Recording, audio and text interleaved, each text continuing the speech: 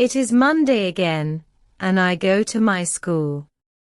Our teacher asks us what we did at the weekend. I say that I was at work on Saturday.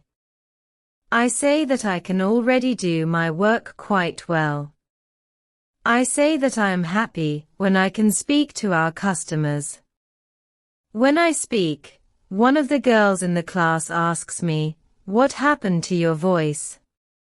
You sound very different from what we heard last week. Your pronunciation is very good." I smile and I say, "Thank you. I tried to do shadowing on Saturday evening after my work and the whole Sunday. I tried to speak like a native speaker. I know that it is still not perfect, but I also hear a big change in my pronunciation." Our teacher asks if anybody else tried to practice shadowing. 3 students raise their hands. One of them is the student from South Korea. He also likes this technique. One student says that she tried the technique, but her mouth hurt a lot after 5 minutes of shadowing and she had to stop. She also says that she wasn't always able to repeat everything. Sometimes it was hard for her to keep up with the speed of the recording.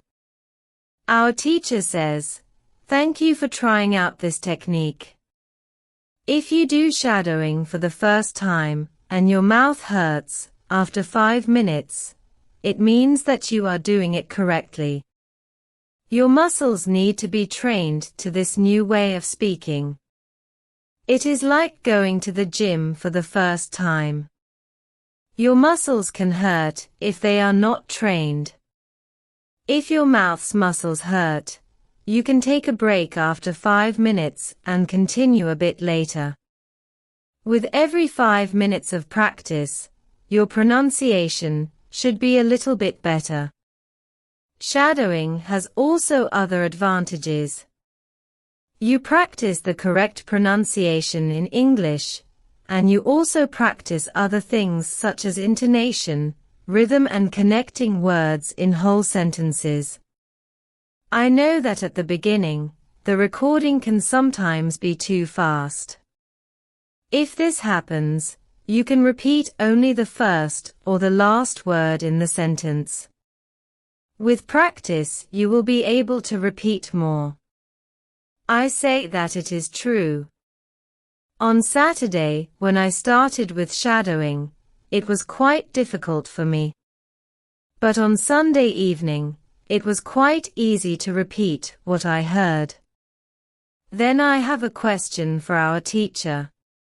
I tell her that I looked at English-speaking stories. The website is interesting, but I don't know what level is for me because I don't know how many words I know.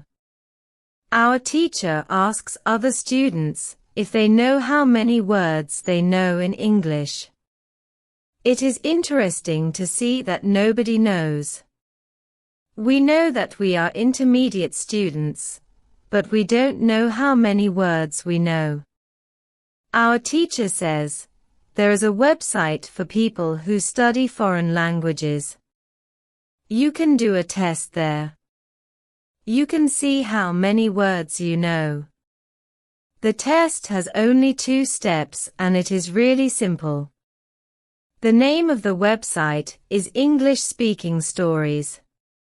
You can do the test every month and you can see how much you improved during that month. If you want, you can now take your smartphones and go to that website and do the test.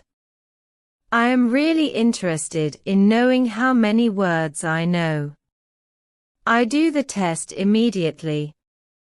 I see that I know 2,100 words in English. Most of the students know between 2,000 and 2,200 words. Only Monica and the boy from South Korea know 2,500 words. Our teacher says, "So, You can see that when you go to English-speaking stories, you should already know grammar from Level 1 and Level 2. You can start using grammar from Level 3, because Level 3 is for students who know between 2,000 and 3,000 words.